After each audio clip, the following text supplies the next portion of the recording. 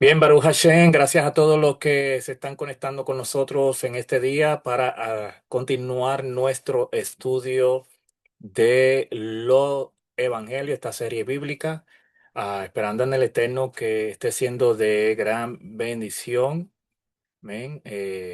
Primeramente quiero agradecer al Padre Eterno, todos aquellos que me han escrito a través de la plataforma de YouTube y dejando buenas reseñas. Así que Baruch Hashem.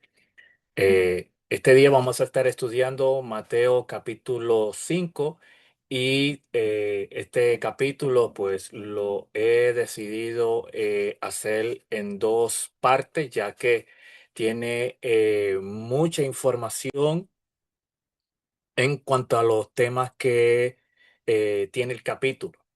Así que esperando en el Eterno, la ayuda del Eterno, que la próxima semana podamos terminar el capítulo de este evangelio. Si no, lo estaremos grabando durante la semana y eh, así el domingo que viene podemos comenzar en el evangelio en el capítulo 6. Mi nombre es Roger Joseph Vargas y gracias a todos por estar aquí con nosotros en nuestro canal de Besorat Tová en YouTube.com. Si usted no se ha suscrito, vaya allí, suscríbase, déle a la campanita, compartan nuestros videos y si usted no ha visto eh, los videos, vaya a nuestro canal y allí están desde la introducción al capítulo 4 esperando en el Eterno que estos estudios estén siendo de gran bendición. Recuerde que el propósito es conocer el vocabulario de nuestro Mashiach Yeshua y que Él nos quiere enseñar a través de todos estos evangelios y también conocer la voluntad divina de nuestro Padre Celestial. Este día vamos a estar enfocándonos en las bienaventuranzas y como dije, pues la segunda parte de este video, eh, lo más posible es que estemos tocando el domingo que viene o quizás lo grabe durante la semana, dependiendo cómo vaya la semana. Así que gracias a todos, muchas bendiciones y vamos así a orar para pedir al Ruach HaKodesh, al Espíritu de Santidad, que nos dirija a través de este estudio. Recuerde que si usted tiene una pregunta o quiere hacer un comentario al final de esta clase, usted no puede hacer la pregunta o hacer cualquier tipo de comentarios al respecto de esta enseñanza.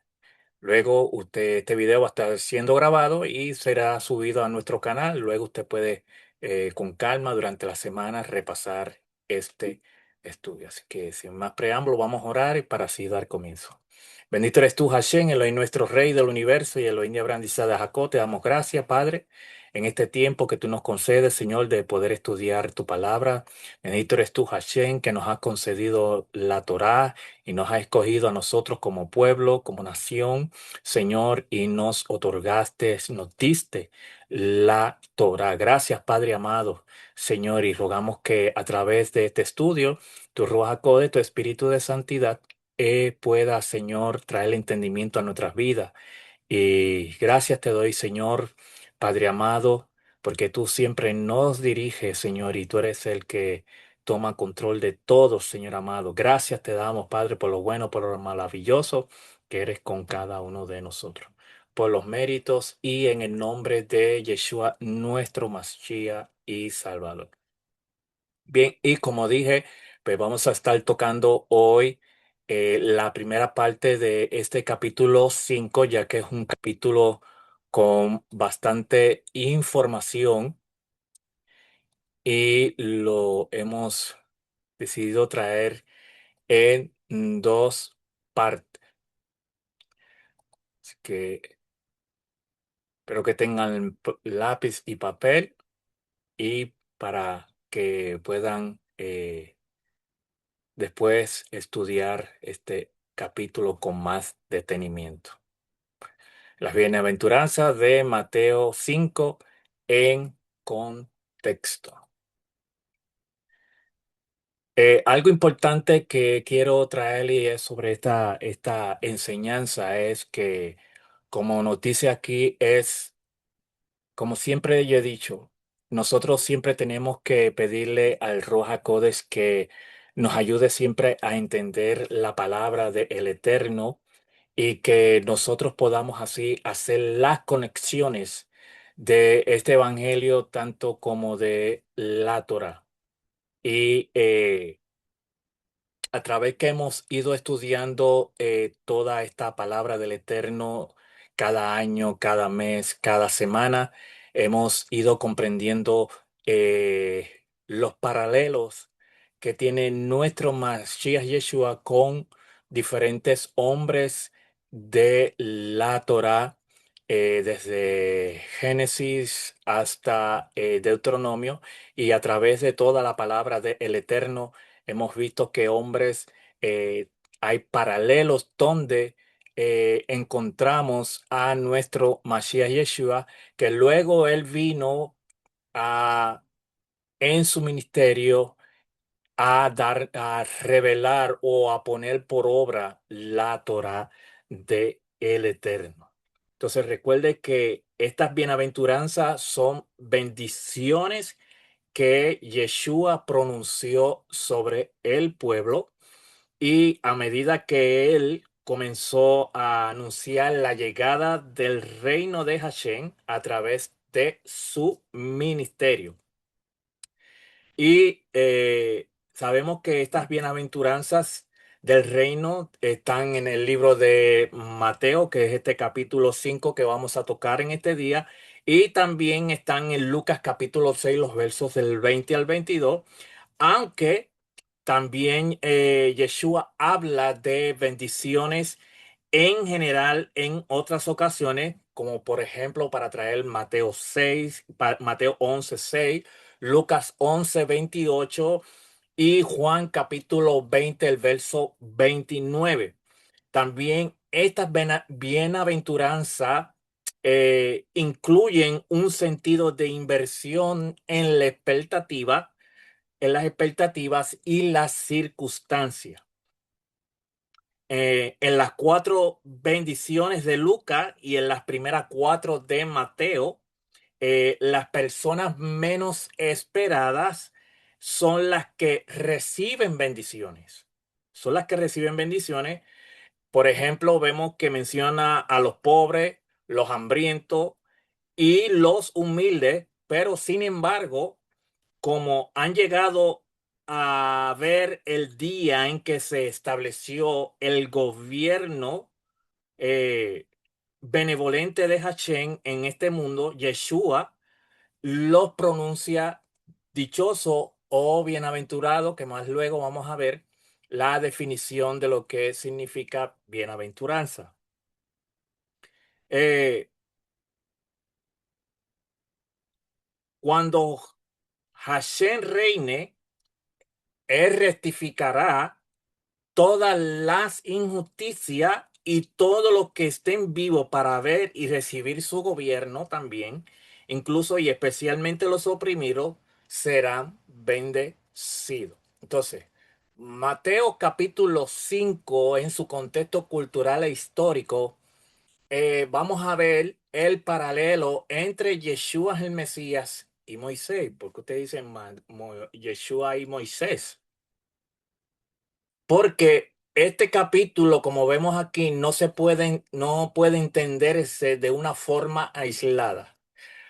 Es la introducción, este capítulo 5 es la introducción al Sermón del Monte, tanto del capítulo 5 hasta el capítulo 7, donde vemos que Mateo presenta a Yeshua como el nuevo Moisés, el Mesías prometido que no reemplaza la Torá, sino que le explica en su plenitud. Moshe la recibió en el Sinaí, Yeshua vino a explicarla, qué es lo que está haciendo en este capítulo, tanto en el capítulo 5 hasta el capítulo 7. Otra cosa que debemos de entender en este capítulo y es que En el contexto histórico, recuerden que son cosas que hemos venido estudiando y que a través de los evangelios es algo que vamos a estar viendo siempre. Porque en el siglo I debemos entender que Israel estaba bajo el dominio de Imperio Romano y que el pueblo esperaba a un Mesías que derrotara a Roma, restaurara el reino de David y trayera justicia para Israel, su pueblo. Entonces, habían otros tipos de grupos que tenían unas expectativas diferentes. Ellos pensaban que el Mesías venía tanto a guerrear. Venía un guerrero que derrotaría a Roma, como dije, restauraría el reino de David y que traería justicia a su pueblo Israel. Y en ese grupo estaba compuesto tanto de fariseos, de saduceos, de esenios y celotes. Entonces, los fariseos, ellos enfatizaban en la obediencia estricta a la Torá y la tradición oral. Mientras que los saduceos, ellos controlaban el templo y colaboraban con Roma. O sea, ellos trabajaban para Roma, estaban a mano trabajando con Roma. Y los esenios, ellos esperaban retirados la intervención divina. O sea, estos esenios vivían fuera de lo que era la ciudad, fuera de la ciudad. Y los celotes, ellos buscaban la liberación por medio de guerra. Ellos querían derrocar a Roma guerreando, o sea, peleando contra ellos. Entonces, en medio de esas expectativas, Yeshua aparece anunciando un tema que hemos estudiado en capítulos anteriores, donde dice, arrepentidos porque el reino de los cielos se ha acercado, como lo dice en Mateo capítulo 4, verso 17. Entonces, vemos que el reino de Hashem no comienza con una revolución o el ministerio de Yeshua no comienza con una revolución política. Como dije, no vino a guerrear, no vino a derrocar a nadie, vino a predicar el reino de Hashem con el tema arrepentidos porque el reino de los cielos se ha acercado, sino que Yeshua a través de su ministerio lo que buscaba era una transformación del corazón. Mientras que otros, como dije, tenían una expectativa muy diferente a lo que verdaderamente vino Yeshua a hacer aquí en la tierra y en su ministerio. Entonces, vemos que el capítulo 5 comienza diciendo, cuando vio a las multitudes, subió a la ladera de una montaña y se sentó. ¿Por qué sube a un monte? Porque Mateo, tenemos que entender que Mateo, su evangelio, está escrito principalmente para lectores judíos. Porque cuando un judío leía, viendo la multitud, subió al monte, Mateo 5, inmediatamente el pueblo recordaba a Moisés subiendo al monte Sinaí. Entonces, ¿cómo hacemos este paralelo entre Moisés y Yeshua? Moisés, sabemos, subió al monte en el Sinaí, recibió la Torá de parte de Hashem, bajó con las tablas del pacto, con los mandamientos, y enseñó cuál era la voluntad de Hashem para con el pueblo. Y eso usted lo puede leer en Mateo capítulo 19, los versos 20. Mientras que Yeshua hace lo mismo. Sube al monte, se sienta como un rabino, sus discípulos se acercan a él, como vemos aquí en el verso 2, y enseña la verdadera interpretación de la Torá. Y otra cosa, que aquí en este capítulo, Yeshua no está dando una nueva ley. Como dije, vino a interpretar la Torá que Moshe recibió en el monte Sinaí, a ponerla por obra. Y aquí también, en este capítulo, está revelando el verdadero significado de la Torá dado por Hashem. Yeshua no vino a traer otra Torá. Muchos interpretan que Yeshua cuando vino a traer otra Torá, a interpretar otra Torá. No. Yeshua vino a interpretar, aleluya, la Torá que él fue entregada en el monte Sinaí a Moisés. Por eso vamos a ver más luego, en la próxima clase, vamos a ver que él no vino a abolir, sino él vino a cumplirla, a ponerla por obra, a hacer la voluntad de Hashem. No vino con una expectativa diferente a la que esta secta que vimos en en la página anterior, que esperaban un Mesías guerrero, sino que él vino a cumplir el propósito de cual el Padre lo mandó. Por eso vemos que en Juan capítulo 1, en el verso 11, él dice a lo suyo, a lo de él, a pregonar, a predicar el reino de Hashem. No vino tampoco a traer otro tipo de interpretación de la Torá, sino que vino a explicar y a poner por obra la Torá que recibió Moshe en el monte Sinai. ¿Por qué? Porque como dije aquí, él estaba revelando el verdadero significado de la Torá que fue dada por Hashem. Entonces, seguimos aquí entre el paralelo entre Moisés y Yeshua. Vemos que Moisés escapa de un rey que mató a niños, Faraón, mientras que Yeshua escapa de un rey que mata a niños igual que el Faraón, que se llama Herodes. Y hemos hablado de él en otros capítulos. Vemos también que Moisés sale de Egipto. Yeshua en el capítulo 2 verso 15 también sale de Egipto. Cruza el mar. Yeshua es sumergido en el Jordán. Israel pasa 40 años en el desierto. También Yeshua pasa 40 días en el desierto, donde vimos en el capítulo 3 que él fue allí llevado al desierto por el Ruach HaKodesh, por el Espíritu de Santidad, donde fue tentado. Eh, Moisés recibe la entrega de la Torá. Ahora Yeshua, como dije, ahora viene Yeshua a explicar la Torá que recibió Moisés.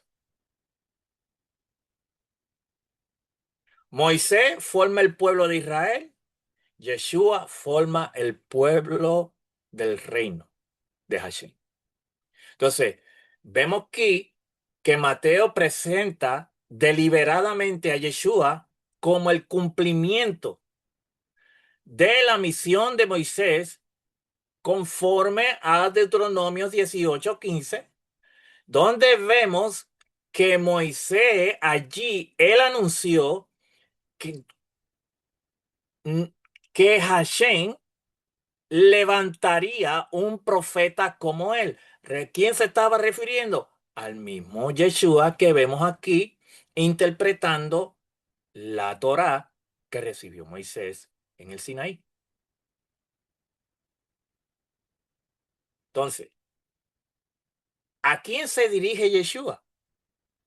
El capítulo 5, 1 y 2 dice, subió al monte o a la ladera, como dice aquí, y se sentó y vinieron a él sus discípulos. Algo que hay que entender en este capítulo, en estos dos primeros versos, que aunque allí había multitudes presentes, el mensaje estaba dirigido especialmente a quienes desean seguirlos como discípulos. Ese es el contraste de estos dos versos, porque vemos en el verso 2 que dice, sus discípulos se le acercaron. Entonces, cuando sus discípulos se le acercaron, entonces Yeshua, como un rabino, como un maestro, se sienta a discipularlo. Y él está haciendo una labor que todos sabemos que hoy día uno que se hace llamar rabino o un líder tiene que discipular. Entonces, las bienaventuranzas están describiendo el carácter de los ciudadanos del reino de Hashem. No son requisitos para entrar al reino, sino las evidencias de una vida transformada. Así que ya vimos aquí cuál es el paralelo entre Moisés y Yeshua y cómo estos sucesos que acabamos de explicar nos deja ver ese paralelo, tanto de Moisés como de Yeshua. Ahora, ¿qué significan las bienaventuranzas? Porque este capítulo comienza con unas bienaventuranzas, después que Yeshua se para y comienza a predicar. La palabra aquí, bienaventuranza, en el griego, lo que significa bendecido, favorecidos por Hashem, dichosos en la expectativa divina. No habla de felicidad basada en las circunstancias, sino de la aprobación de Hashem. Entonces, ¿por qué comienza con los pobres en espíritu? Porque vemos la conexión con Isaías capítulo 61, 1 y 2, que vemos allí que Isaías había anunciado que el Mashiach Yeshua vendría para los humildes. Por eso dice allí, el espíritu de Adonai o el espíritu de Dios está sobre mí por cuanto me ungió para predicar las buenas nuevas, o sea, las Besorá Toah,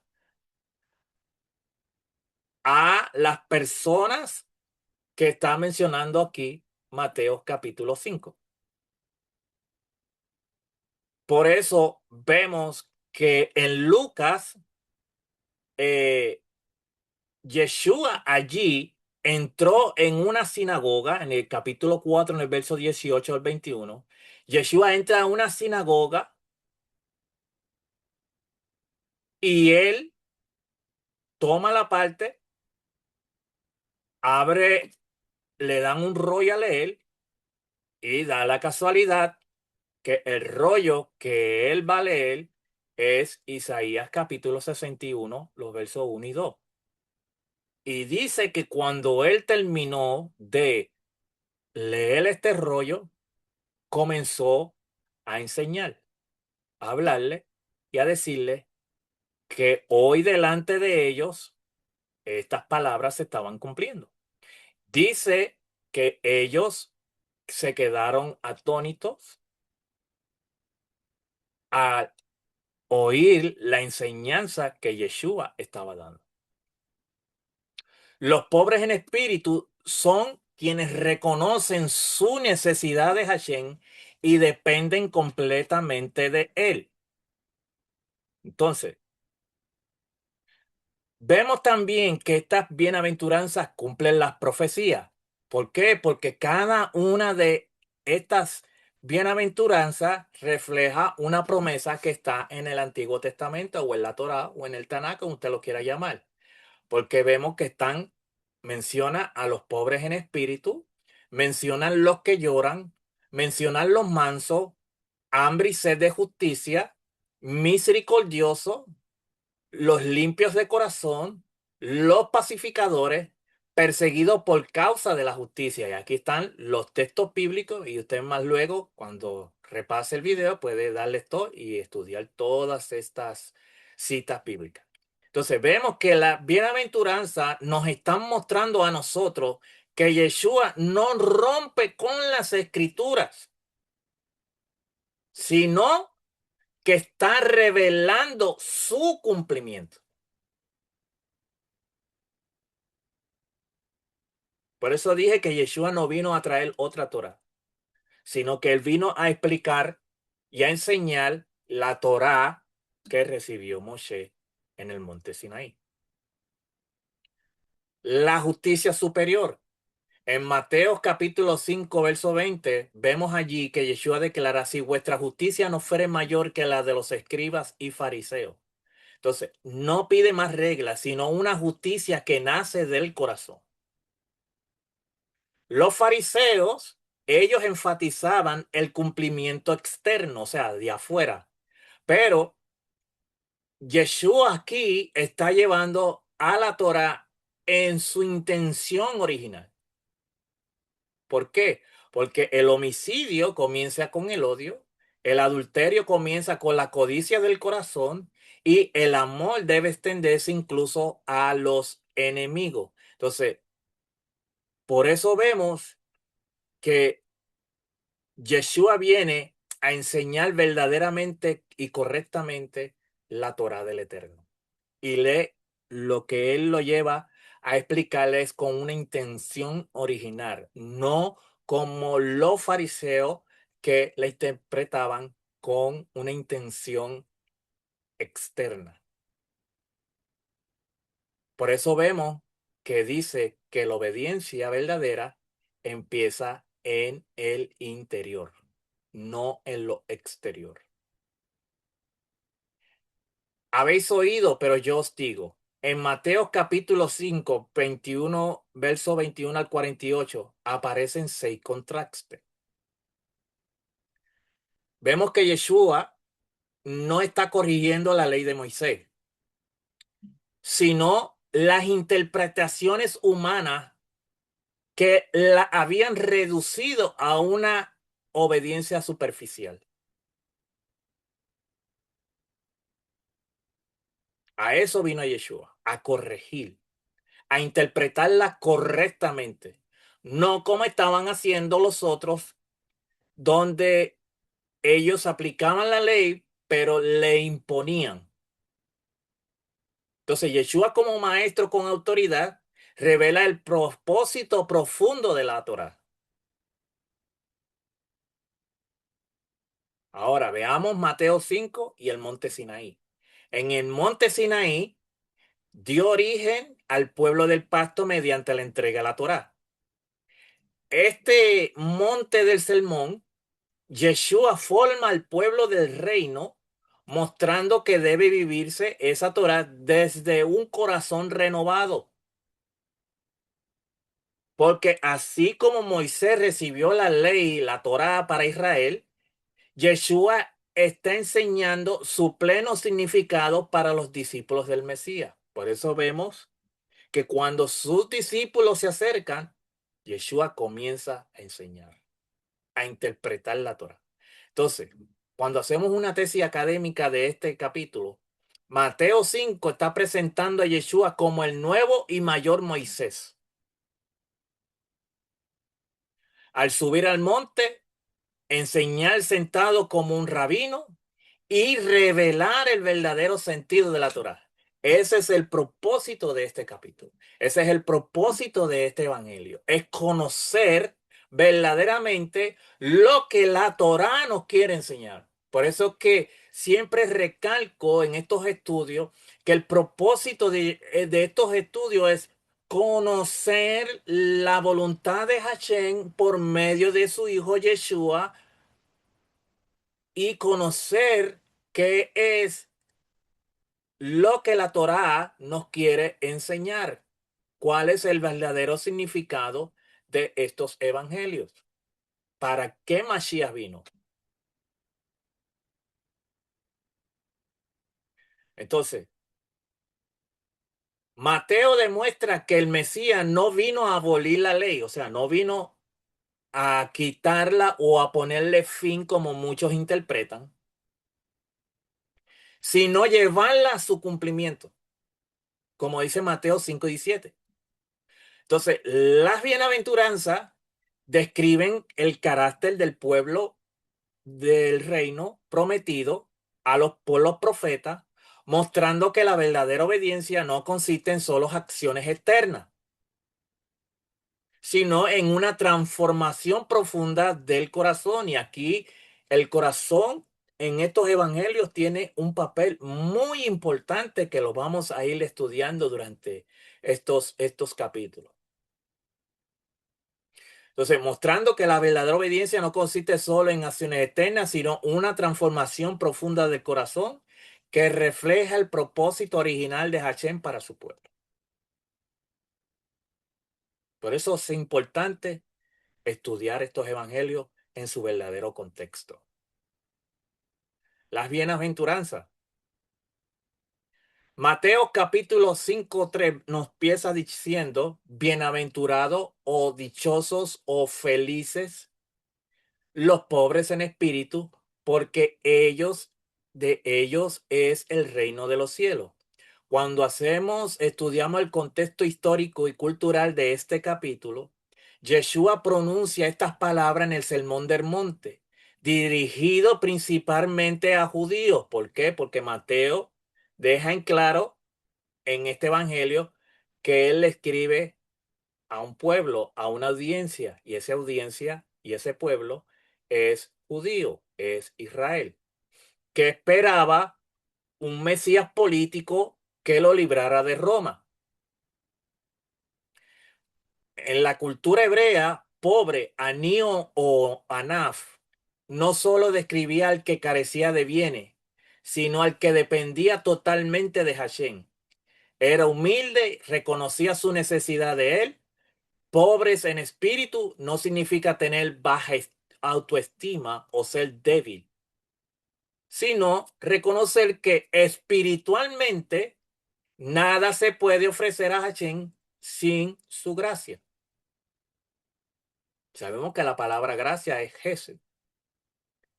Ahora, ¿cómo nosotros debemos de entender esto? La primera bienaventuranza enseña que el reino de Hashem comienza con la humildad. Solo quien reconoce su necesidad del Eterno está preparado para recibir su reino. Entonces, vemos aquí las profecías relacionadas, tanto Isaías 57:15, Isaías 61:1, Sofonías capítulo 3, verso 12, donde nos dice Isaías, Dios habita con el quebrantado y humilde de espíritu. En el verso 1 del capítulo 61, el Mesías fue enviado con el fin de anunciar las buenas nuevas a los pobres y afligidos. Mientras que Sofonía nos dice que Hashem promete dejar un pueblo humilde que confiará en su nombre. Pero la cosa no queda ahí. También hay salmos, Salmo 34:18. Cercano está Hashem a los quebrantados de corazón. En el Salmo 51:17, el sacrificio que Hashem acepta es un espíritu quebrantado. Mientras que el Salmo 47 nos dice, yo soy pobre y necesitado, pero Adonai piensa en mí. Ahora, cuando llevamos esto a los ejemplos del Brit Hadashah, encontramos en Lucas capítulo 18, 9, 14, a un publicano que reconoce su pecado y sale justificado mientras el fariseo está confiando en sí mismo. Mateo 8, 5 al 13 nos deja ver un centurión que reconoce que no es digno de que Yeshua entre en su casa. Mientras que Juan 15, 5, Yeshua dice, separados de mí, nada podéis hacer. Entonces, ¿qué nos sigue enseñando este capítulo 5? Que la puerta de entrada al reino no es conocimiento, la riqueza ni la riqueza ni la religión, sino vemos aquí un corazón humilde que reconoce su total dependencia de Hashem. Los pobres en espíritu, como dice esta bienaventuranza, que de ello es el reino de los cielos, son aquellos que como David e Isaías y el publicano saben que necesitan la misericordia del Eterno.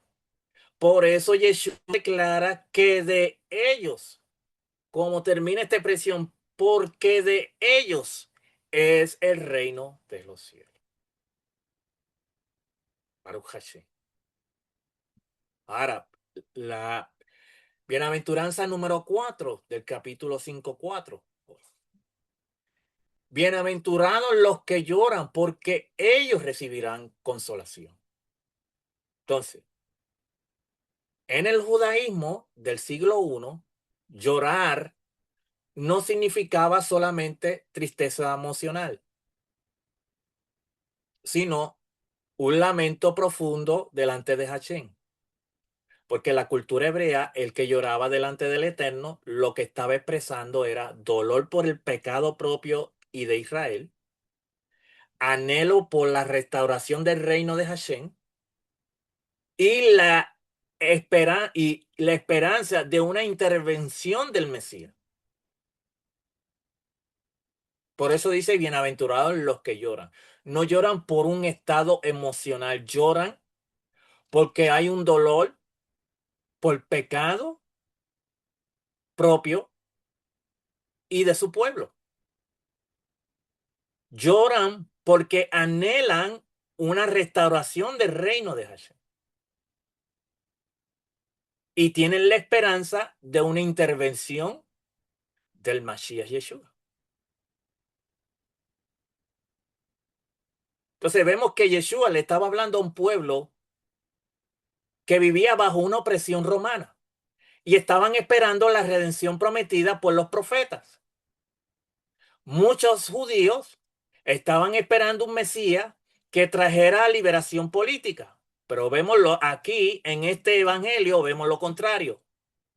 Yeshua lo que viene revela que la verdadera restauración comienza con un corazón quebrantado delante de Hashem, no por propia fuerza, ni por guerra, ni por pelea, ni por nada político.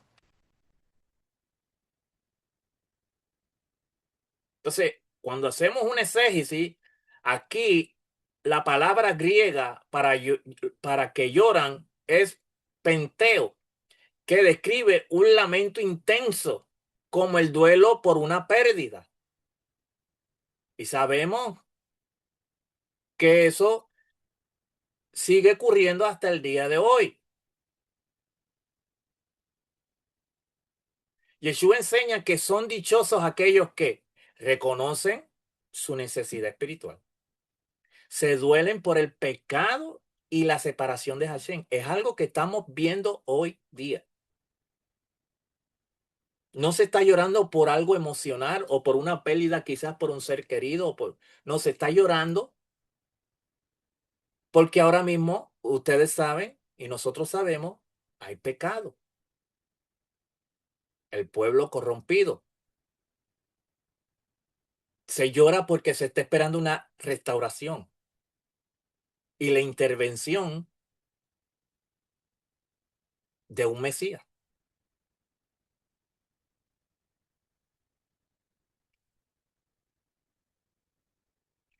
Jesús enseña que son dichosos aquellos que reconocen su necesidad espiritual, se duelen por el pecado y la separación de Hashem, tienen un corazón sensible ante el sufrimiento humano.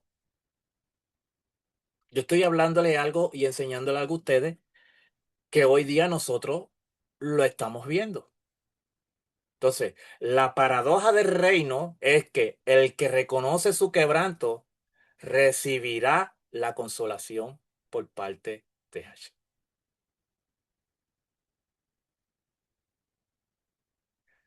Ahora, cuando hacemos una conexión con las profecías, Isaías 1 y 2 dice, a vendar los quebrantados de corazón, a consolar todos los enlutados. Y esta profecía lo que nos está hablando, que Mashiach vendría a traer un consuelo a los afligidos.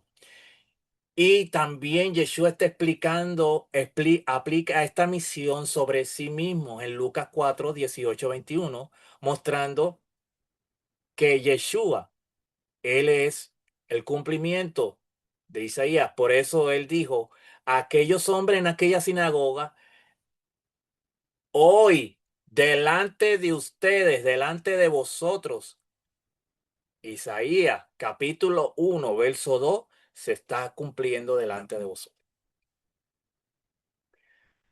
Isaías 53, 3, 4 dice, varón de dolor experimentado en quebranto. Y sabemos que el Mesías mismo conoce el dolor humano y carga con el sufrimiento de su pueblo.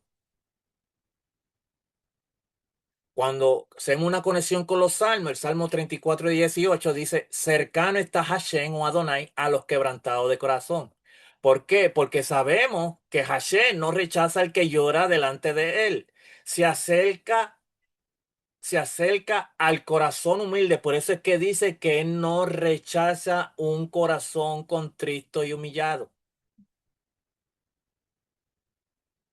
Por eso vemos aquí, en el especial en el Salmo 51:17, él dice, el sacrificio que te agrada es un espíritu quebrantado. Al corazón contrito y humillado no despreciarás tú. ¿Y quién como David que entendió lo que es un verdadero arrepentimiento y a través de ese arrepentimiento se produce la restauración?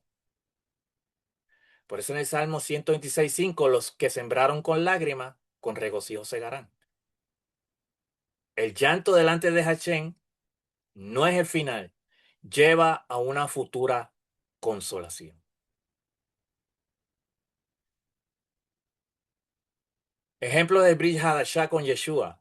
Yeshua lloró por Jerusalén porque se dolió, porque vio a Jerusalén en otro estado espiritual que no era el que el Padre quería. Lucas 19:41-44, Yeshua no lloró por debilidad, sino porque vio el rechazo también espiritual de su pueblo y el dolor que vendría. Por eso vemos, ahora me hace esto énfasis más claro, por qué Isaías 60, capítulo 1,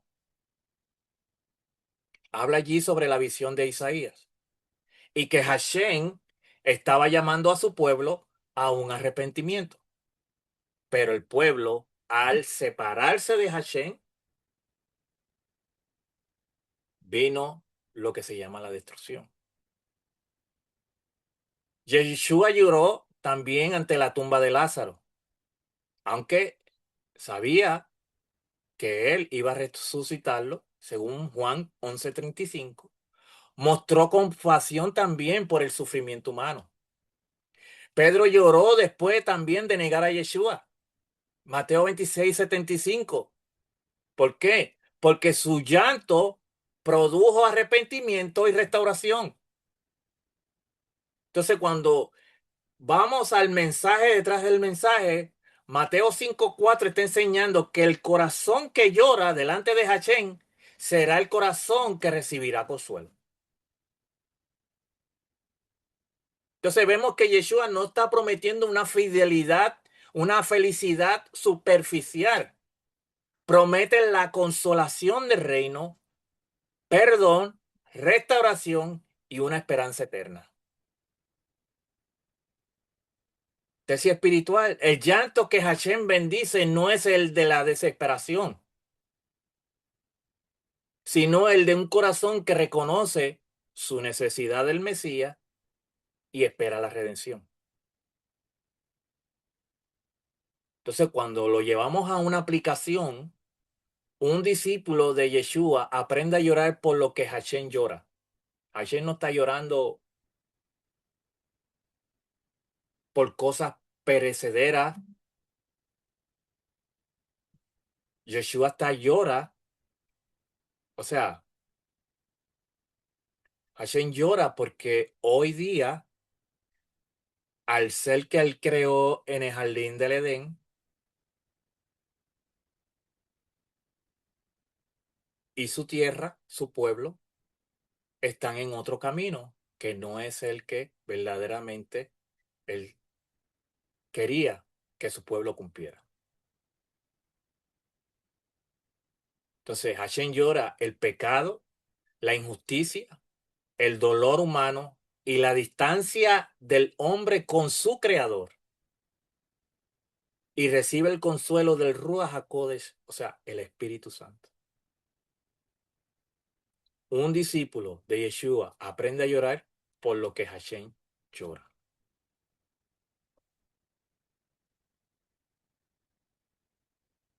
Mateo 5:5, bienaventurados los mansos, porque ellos heredarán la tierra. En tiempos de Yeshua, el pueblo judío, como dije al principio, esperaba un Mesías guerrero que derrotara a Roma. La idea común era que los fuertes, los poderosos y los violentos conquistarían la tierra. Sin embargo, Yeshua presenta el reino de Hashem con valores completamente diferentes. Los mansos son los verdaderos herederos. La palabra griega praus, manso, no significa débil o cobarde. En el pensamiento hebreo describe a alguien que tiene fuerza bajo control, humilde y completamente sometido a la voluntad de Hashem. Es la misma idea de hebreo anaf, usado para describir a Moisés, como lo dice en Números capítulo 12, en el verso 3, que nos dice lo siguiente. Números capítulo 13, 12, perdón, el verso 3, donde nos dice: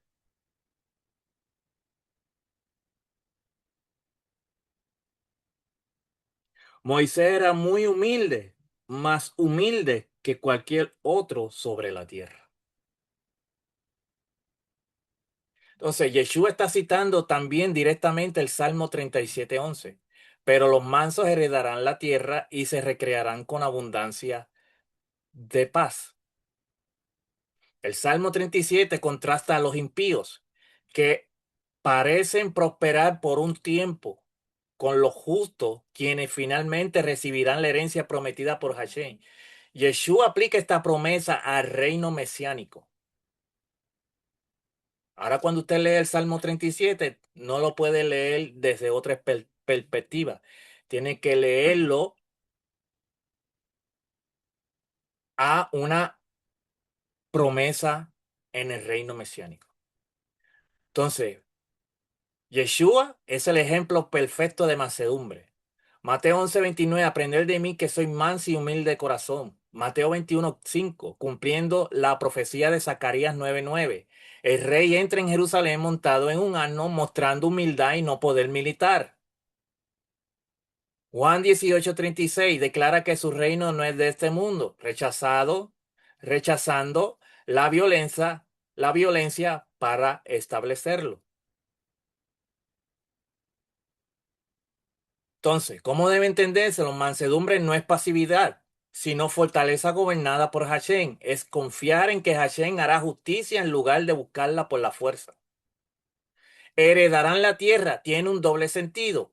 Inmediato, Hashem sostiene y bendice a quienes viven bajo su voluntad. En lo profético, los fieles participarán en el reino del Mesías y recibirán la herencia prometida en la restauración final de la creación. Apocalipsis 21:1 al 7. Entonces, Yeshua enseña que el reino de Hashem no pertenece a quienes dominan por la fuerza, que era lo que aquellos hombres querían hacer. Especialmente los celotes querían derrocar a Roma por su propia fuerza. Y ahora Yeshua viene y enseña que el reino de Dios no pertenece a quienes dominan por la fuerza, sino quienes se someten al gobierno de Hashem. Si Yeshua no se hubiera sometido al gobierno por el cual Hashem le dio a él, Mesías se hubiera descalificado como Mesías. Él vino a cumplir el propósito, el rol, la función por el cual Hashem le envió. La verdadera victoria no se obtiene mediante el poder humano, como muchos quieren hacer hoy día. Quieren tener el poder con sus propias fuerzas. Así como Yeshua venció por medio de la mansedumbre y la obediencia al Padre, también sus discípulos heredarán la promesa del reino. Entonces estamos viendo aquí que el poder no se obtiene por medio de fuerzas, porque eso no fue lo que vino a enseñar Yeshua. Vino a someterse bajo el gobierno de Hashem, bajo la autoridad, el poder de Hashem. Mateo 5:6, bienaventurados los que tienen hambre y sed de justicia, porque ellos serán saciados. En tiempos de Yeshua, vemos que el pueblo, como he dicho, vivió bajo dominio Roma. En ese tiempo había injusticia, corrupción religiosa y opresión política. La expresión tener hambre y sed era una expresión muy fuerte, pues la escasez de alimento y agua era una realidad para muchos. Lo mismo que vivió Israel en el desierto cuando estaba en Egipto. Yeshua usa esta imagen para describir un deseo intenso y constante por la justicia. En hebreo es tzedaká, es decir, vivir conforme a la voluntad de Hashem y ver restaurado su reino.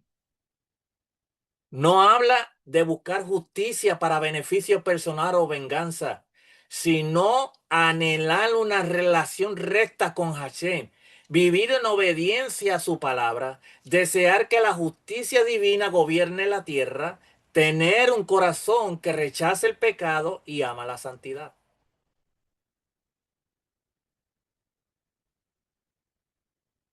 La promesa es, serán saciados. Apunta en cumplimiento presente por medio del Mesías y a su plenitud en el reino de Hashem. Si el pueblo que profesa el reino de Hashem hoy día entendiera estas cosas, yo estoy más que seguro de que las cosas fueran diferentes. Pero la semana que viene, cuando nosotros estemos estudiando lo que es el Sar y Luz, nos vamos a dar cuenta de muchas cosas. ¿Por qué Yeshua dice, somos la sal y somos la luz del mundo? ¿Cuál es la enseñanza detrás de esa expresión? Profecía relacionada, Isaías 55, 1 y 3. Hashem invita a los sedientos a venir a él para recibir vida. Isaías 61 al 3, el Mesías trae justicia, libertad y restauración a los quebrantados. Amós 5:24, corre el juicio como las aguas y la justicia como impetuoso arroyo. Salmo 42, 1 y 2, el alma tiene sed de Hashem como el ciervo de las aguas. Juan 4, 13 al 14, Yeshua ofrece el agua viva a la mujer samaritana, saciando la sed espiritual.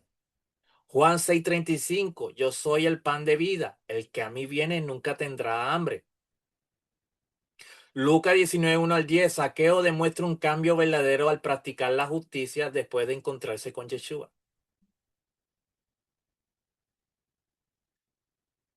Entonces, esto me llevó a pensar que para uno practicar verdaderamente la justicia, debemos de encontrarnos con nuestro Mashiach.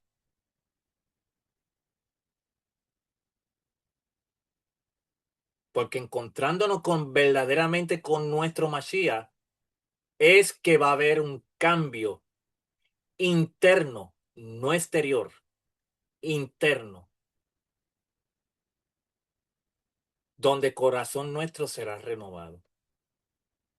Por eso él dice aquí en Mateo 6:33, buscar primeramente el reino de Hashem y su justicia. Entonces Yeshua enseña que los verdaderos ciudadanos del reino no están satisfechos con una religión externa. Su mayor deseo es que Hashem transforme su vida y que su justicia reine en ellas. Quien busca al Mesías con pasión, con esa pasión, será plenamente satisfecho por él. ahora espiritualmente y de manera completa cuando el reino sea establecido en su plenitud. Wow.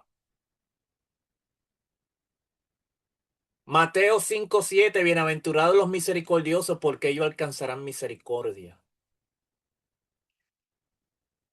En tiempo de Yeshua, muchos judíos esperaban que Mashiach ejerciera juicio contra Roma.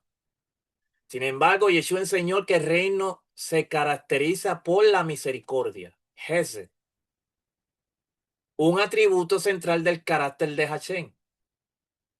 En la cultura hebrea, la misericordia no era solo sentir compasión, como hoy muchos lo interpretan, sino actuar para aliviar la necesidad del prójimo. Preguntémonos hoy día, ¿quién es nuestro prójimo? Aun cuando esté, aun cuando éste no lo mereciera.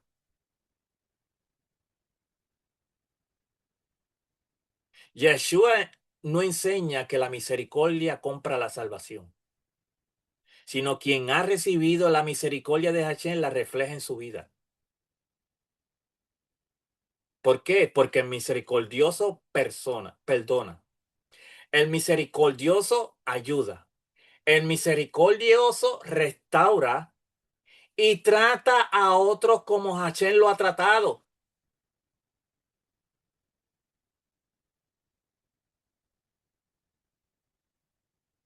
El misericordioso perdona, ayuda, restaura y trata a otros como Hashem lo ha tratado.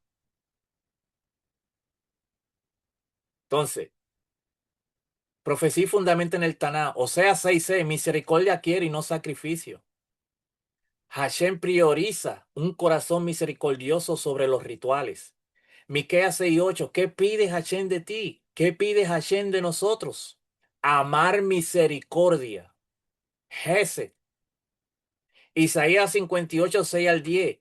El verdadero ayuno consiste en liberar al oprimido, alimentar al hambriento y ayudar al necesitado. Y esta profecía lo que está anunciando es el tipo de pueblo que el Mesías formaría.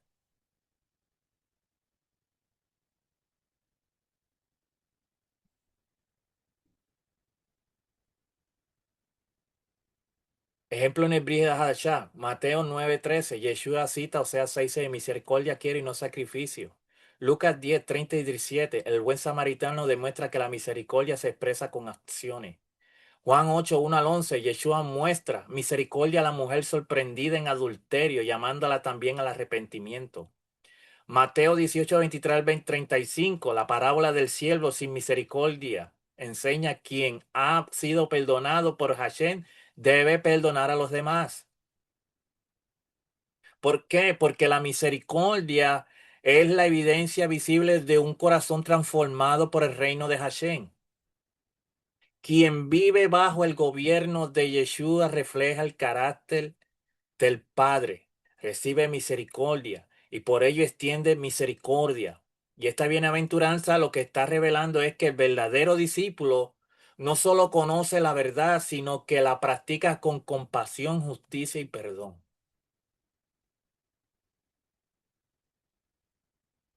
Mateo 5:8, bienaventurados los limpios de corazón porque ellos verán a Hashem.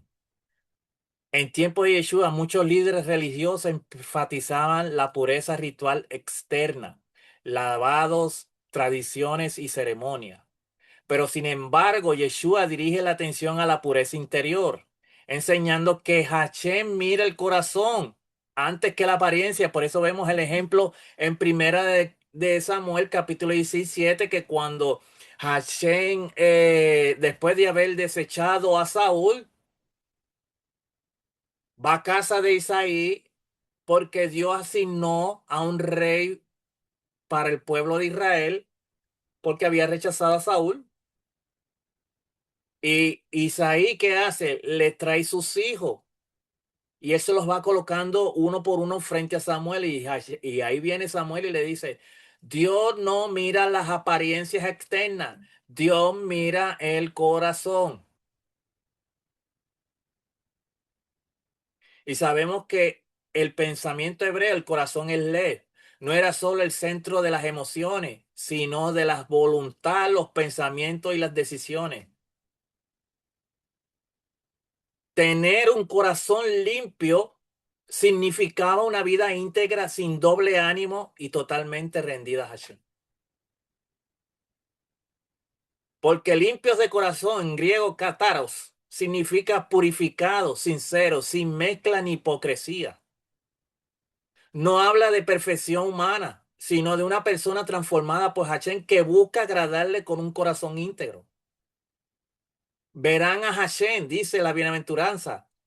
Implica disfrutar de una comunión íntima con Él en el presente. ¿Queremos ver a Hashem?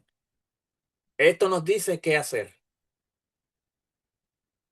Nuestro corazón, tenemos que ser un corazón limpio, que esté purificado, sea un corazón sincero, sin mezcla ni hipocresía. No habla de perfección humana, porque si nuestro corazón es limpio, va a enseñar que nosotros somos personas transformadas. Pero si no, si nuestro corazón no es un corazón limpio, entonces va a ser algo al revés. Porque para que nosotros veamos a Hashem, ver a Hashem implica disfrutar de una comunión íntima con Él en el presente, discernir su obra y su voluntad, completar plenamente su gloria en el reino venidero. ¿Por qué dice?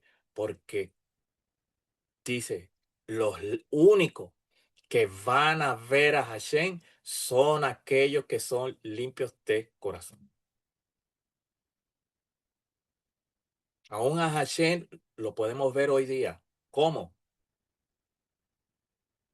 Cuando somos personas de limpio corazón, cuando somos personas sinceras, cuando somos personas que no nos mezclamos y mucho menos que andamos en hipocresía. Esto está fuerte,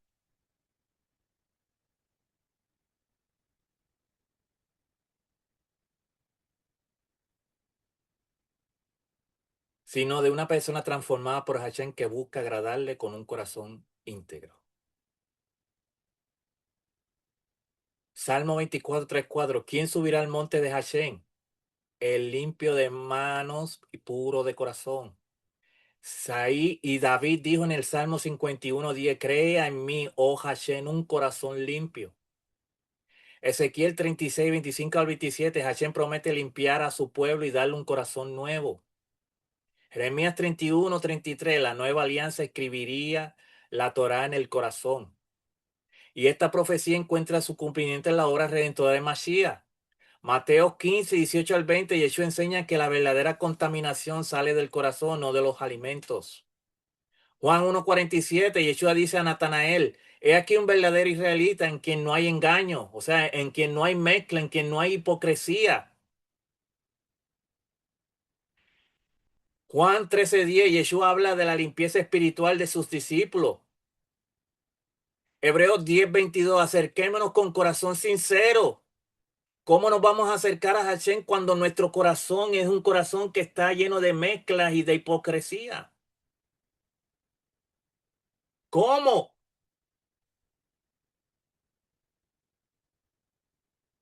Si no le pedimos a Dios que purifique nuestros corazones. ¿Cómo nos vamos a acercar a Hashem? Primera de Juan 3:2-3. Quien espera ver el Mesías se purifica a sí mismo. Juan 1, Primera de Juan 3:2-3. Quien espera ver al Mesías, Yeshua, se purifica a sí mismo. El mensaje detrás del mensaje. La sexta bienaventuranza enseña que el reino de Hashem no comienza con una religión externa, sino con una transformación interna. Solo un corazón purificado, que no se mezcla, que no es hipócrita, que no vive de apariencias externas. Solo un corazón purificado por Hashem puede vivir en verdadera comunión con Él y reflejar su carácter. Yo me pregunto qué carácter es el que se estará revelando hoy día a través de nosotros. ¿Estaremos revelando el carácter de Hashem? ¿Será nuestro corazón hoy día un corazón sincero? ¿Un corazón donde no hay mezcla? ¿En un corazón que no hay hipocresía?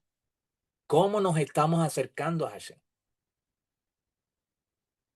Porque para ver al Mesías, dice, hay que purificarse. La pureza del corazón es la evidencia de una vida transformada por Hashem. Quien vive con integridad delante del Señor experimenta su presencia hoy y completará plenamente su gloria en el reino mesiánico. Mateo 5:9, bienaventurados los pacificadores, porque ellos serán llamados hijos de Hashem. En tiempo de Yeshua, Israel vivía bajo la opresión romana. Habían constantes conflictos políticos, religiosos y sociales. Muchos judíos esperaban un Mesías guerrero que derrotara a Roma. Sin embargo, Yeshua presentó el reino diferente, uno donde la verdadera victoria se logra reconciliando al hombre con Hashem, con su prójimo. En la cultura hebrea, la palabra shalom no significa solo ausencia de guerra, sino plenitud, restauración, bienestar y reconciliación con Hashem. ¿Por qué? Porque un pacificador no es alguien que evita los problemas, sino que quien interviene para traer reconciliación conforme a la voluntad de Hashem. Refleja el carácter del Padre, busca establecer shalom en el reino. Por eso Yeshua dice que serán llamados hijos de Dios, hijos de Elohim, hijos de Hashem, porque actúan como su Padre, restaurando relaciones y trayendo paz verdadera. Por eso hay un salmo que nos dice, que refrene tu lengua, te aparte del mal, hágase el bien, busca la paz y síguela. Isaías 9:6, el Mesías será llamado príncipe de paz. Isaías 52:7, cuán hermosos son los pies del que anuncia la paz. Miqueas 5:5, él, Yeshua, será nuestra paz. Y esta profecía encuentra su cumplimiento en Yeshua, quien vino a reconciliar al hombre con Hashem. Efesios 2:14 y 17, Yeshua derribó la pared de separación entre judíos y gentiles, haciendo de ambos un solo pueblo. Juan 14:27, mis pasos dejo, mis pasos doy, una paz espiritual no como la del mundo. Colosenses 1:20, por medio de la cruz, Hashem reconcilió todas las cosas consigo. Lucas 19:41-42, Yeshua lloró sobre Jerusalén porque rechazó el camino de la paz, que era Mashiach mismo. La séptima bienaventuranza revela que los verdaderos discípulos no promueven división, no promueven división, sino que llevan a las personas a reconciliarse con Hashem entre sí y entre sí. El pacificador refleja el carácter del Mesías, quien vino a establecer el shalom prometido por los profetas. Ser llamado hijo de Dios o de Elohim significa manifestar la naturaleza del Padre mediante una vida que produce reconciliación, justicia y paz. ¿Qué pacificadores nosotros somos hoy día? ¿Que buscamos la unidad? ¿Que buscamos reconciliación? ¿O que estamos buscando o, la discordia, la guerra, los conflictos dentro de la misma comunidad que Mashiach llama a ser santo?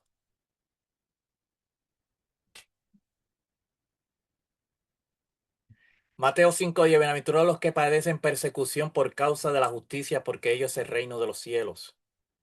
Yeshua pronunció estas palabras en el Sermón de Mont, dirigido principalmente a judíos que vivían bajo la ocupación romana y sufrían tanto la opresión política como la corrupción religiosa. Ser fiel a la Torá y al reino de Hashem implicaba ser rechazado, perseguido, marginado por las autoridades religiosas y civiles.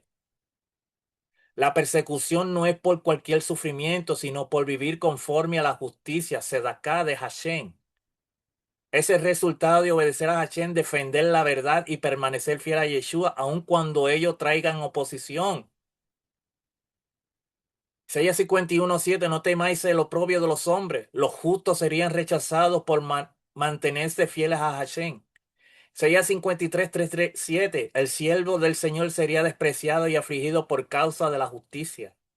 Salmo 69:7-9, el celo por la casa, templo de Hashem trae rechazo y persecución.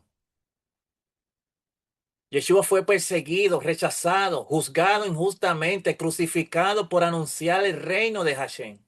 Nos lo dice Juan 15:18-20. Esteban fue apedreado por proclamar a Yeshua como el Mesías. Hechos 7:54-60. Los apóstoles fueron encarcelados y azotados, pero se gozaban por sufrir por el nombre del Mesías. Hechos 5:40-42. Pablo soportó prisiones, azotes y persecuciones por predicar el evangelio, 2 Corintios 11:23-28. Entonces, Yeshua está enseñando que el verdadero discípulo será identificado por su fidelidad, no por la aceptación del mundo. Porque la persecución es una evidencia de pertenecer al reino cuando se sufre por hacer la voluntad de Hashem y no por errores propios. El reino de Hashem pertenece a quienes permanecen firmes en la justicia divina, aun cuando sea esa fidelidad le cueste rechazo, oposición o sufrimiento, siguiendo el ejemplo del Mesías y el cumplimiento de las profecías del Tanakh. Mateo 5:11, bienaventurados sois cuando por mi causa os vituperen o persiguen y digan toda clase de mal contra vosotros, mintiendo. Entonces, los líderes religiosos rechazaban a quienes seguían a Yeshua porque su mensaje confrontaba la hipocresía, llamaba al verdadero arrepentimiento. Ser discípulo de Yeshua significaba exponerse al rechazo social, religioso, incluso a la muerte. ¿Por qué? Porque según estuve leyendo, los, esta gente religiosa, Galilea era rechazada por Judea porque Galilea era una ciudad, un pueblo que tenía mezcla, había una mezcla entre judíos y gentiles. Entonces, al decir que Yeshua venía de Galilea, ellos no preguntaron que si de Galilea podía salir algo bueno, lo cual llevó a esas personas a no aceptar el mensaje de Yeshua. Por eso es que dice que no creyeron en él. En la cultura judía del siglo I, el honor y la reputación eran muy importantes. Ser expulsado de la sinagoga, insultado o acusado falsamente era una gran vergüenza. Sin embargo, Yeshua enseña que el verdadero honor proviene de Hashem, no de la aceptación de los hombres. No habla de sufrir por errores personales o por un mal comportamiento, sino de sufrir por causa de Yeshua y de vivir conforme a la verdad del reino de Hashem. La persecución es una evidencia de fidelidad cuando se permanece firme en la justicia. Isaías 50:6-9, el siervo de Dios es golpeado y avergonzado, pero Hashem lo sostiene. Isaías 53:3-7, el Mesías será despreciado, rechazado y afligido. Salmo 69:7-9, el justo soporta el oprobio por causa de Hashem. Daniel 7:25, los santos serían perseguidos, pero Hashem les daría el reino. Yeshua fue insultado, acusado falsamente y crucificado. Los apóstoles fueron azotados y se gozaron por haber sido considerados dignos de sufrir por el nombre. Esteban fue apedreado por dar testimonio de Yeshua. Pablo sufrió cárceles, azotes y persecuciones por anunciar el evangelio. Entonces, aquí vemos a Yeshua en Mateo 5:12, Yeshua preparando a sus discípulos para entender que la fidelidad al reino puede traer rechazo del mundo, pero también la aprobación y la recompensa de Hashem. el sufrimiento por la verdad no es una derrota, es una señal de identificación con los profetas y con el mismo Mashiach Yeshua. Mateo 5:11, gozaos y alegraos, porque vuestro galardón es grande en los cielos, porque así persiguieron a los profetas que fueron antes de vosotros. En esa época, quienes proclamaban la verdad de Hachén y llamaban al arrepentimiento eran frecuentemente rechazados por los líderes religiosos y políticos. Para un judío en el siglo I, la persecución era vista como la experiencia de los verdaderos enviados de Hachén. Yeshua enseña que el sufrimiento por obedecer a Hashem no es una señal de fracaso, sino de fidelidad. La recompensa, galardón, no es principalmente material, sino la aprobación y recompensa eterna del Padre. El discípulo participa en la misma misión que los profetas. Isaías 51, 7 al 8. El pueblo de Hashem no debe temer el desprecio de los hombres. Isaías 66, 5. Los fieles serían rechazados por sus propios hermanos por causa del nombre de Hashem. Jeremías 21 y 2. Jeremías fue golpeado y encarcelado por anunciar la palabra de Hashem. Segunda de Crónicas 36, 15 y 6. Israel rechazó repetidamente a los profetas enviados por Hashem. Y la semana que viene estaremos hablando de lo que es sal de la tierra, luz y luz del mundo. Así que espero que este estudio haya sido de gran bendición. Recuerde suscribirse a nuestro canal de Besorato Va en YouTube. Denle like, compartan nuestros videos y nos estaremos viendo en la segunda parte de este capítulo 5. Shalom, bendiciones, hasta la próxima.